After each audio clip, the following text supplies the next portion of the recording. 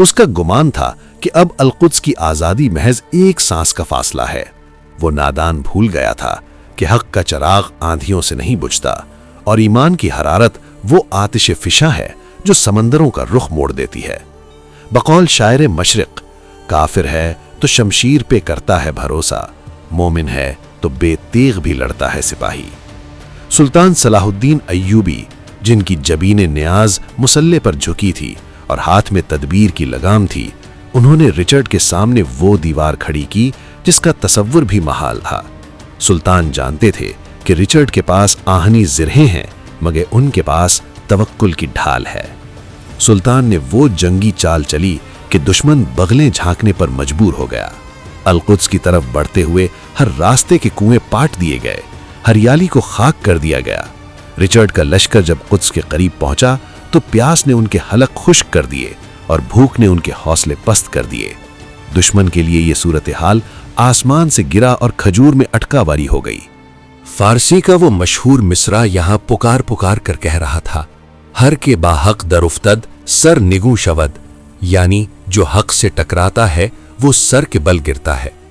Richard, جس کی ہیبت سے یورپ تھر تھراتا تھا، جب القدس کی فصیلوں کے سائے میں پہنچا تو اس پر وہ لرزہ طاری ہوا کہ اس نے اپنی آنکھوں پر ہاتھ رکھ لیے۔ اس نے پکارا، اے خدایا، میں اس شہر کو دیکھنے کی ہمت نہیں رکھتا جسے میں فتح نہ کر سکا۔ یہ وہ مقام تھا جہاں رچرڈ کا غرور پاش پاش ہو گیا اور اسے احساس ہوا کہ صلاح الدین سے ٹکرانا جوئے شیر لانے کے مترادف ہے۔ مگر قربان جائیے اس درویش صفت فاتح پر۔ جب سلطان کو خبر ملی کہ دشمن کا بادشاہ رچرڈ بیمار ہے اور اس کا جسم بخار سے تپ رہا ہے، تو سلطان نے وہ کیا جو تاریخ انسانی میں آب زر سے لکھنے کے قابل ہے۔ انہوں نے دشمن کے لیے برف اور تازہ پھل بھیجے تاکہ وہ صحت یاب ہو سکے۔ وہی جوان ہے قبیلے کی آنکھ کا تارا، شباب جس کا ہے بے داغ، ضرب ہے کاری۔ یہ دیکھ کر رچرڈ دنگ رہ گیا کہ جس کا لہو بہانے وہ آ رہا تھا وہی اس کا مسیحا بن کر کھڑا ہے۔ یہ سلطان کی کمزوری نہیں تھی، بلکہ خلق محمدی کی وہ جھلک تھی جس نے دشمن کے دل میں اسلام کی دھاک بٹھا دی۔ ناظرین، رچرڈ کا سورج اب ڈھل رہا تھا، اس کا لشکر تھک چکا تھا، اس کی انا ٹوٹ چکی تھی اور تقدیر نے فیصلہ سنا دیا تھا۔ القدس کا دفاع ناقابل تسخیر ثابت ہوا تھا، لیکن کیا رچرڈ اس شکست فاش کو قبول کر لے گا؟ کیا وہ معاہدہ رملہ پر دستخط کر کے ہمیشہ کے لیے رخصت ہو جائے گا؟ یہ سب دیکھیے اگلی ویڈیو میں۔